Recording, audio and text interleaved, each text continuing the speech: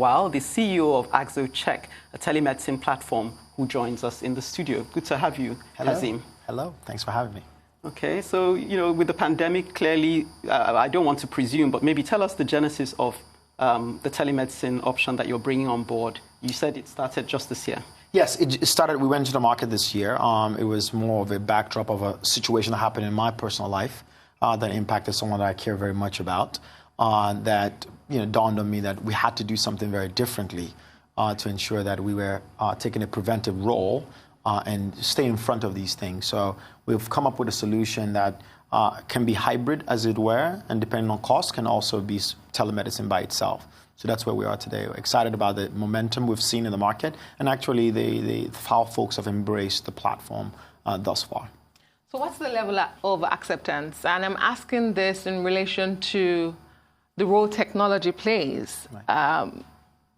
Are people so tech savvy? What are the options you're providing, and what's the key into it? What's the level of acceptance? Yeah, so as far as we're concerned, there's still some opportunity from an education perspective, an awareness perspective.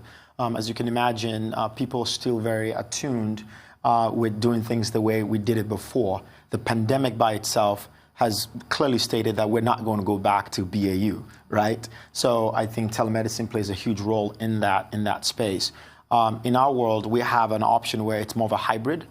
For those that are not fully embracing the telemedicine option, you can have a registered nurse that will come to the house, and then you have the telemedicine thing all encapsulated in that whole package. And we also have the telemedicine by itself for those that say, I don't want to see a nurse, I just want to be able to talk to someone directly. So we have that option as well.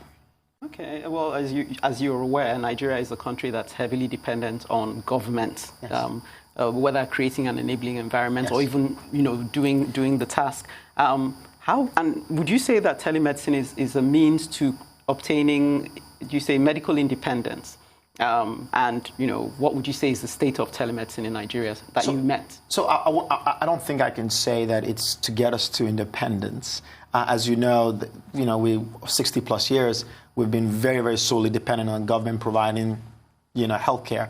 But what we do believe is that the work that we are doing will come in to kind of augment some of that, particularly when you think about the scalability of medical professionals to all of us here, right, in the country. Right now, we know that we have less than 50,000 doctors in the nation. So that's less than one doctor to 5,000 people. That's not a lot of people, as you can imagine. And we have this brain drain when a lot of our doctors are leaving the country.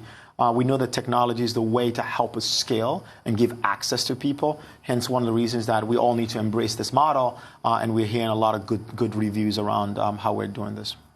And let's add to that the incense and industrial action. At the moment, yes, Nigerian doctors are on strike. Yes. But I want you to speak to that and speak, yes, to the benefits that this is bringing on board, yes, as regards telemedicine in Nigeria. Yeah, I think I'll start by first saying that when we have the Nigerian Doctors Association having some rancor, if you will, with the government, the people that suffer are who? It's the people, right? Mm-hmm. The people are suffering at this moment. And quite frankly, I'm hoping that over the next couple of days, 48 hours or so, they'll come to some sort of agreement that we can go back to normalcy. All of that said, the role that telemedicine and all of these different permutations that folks are thinking through would only help us do a few things. One, give accessibility to people. Make sure that we can access doctors in such a way that is feasible. Many a times we don't have to go to the hospital.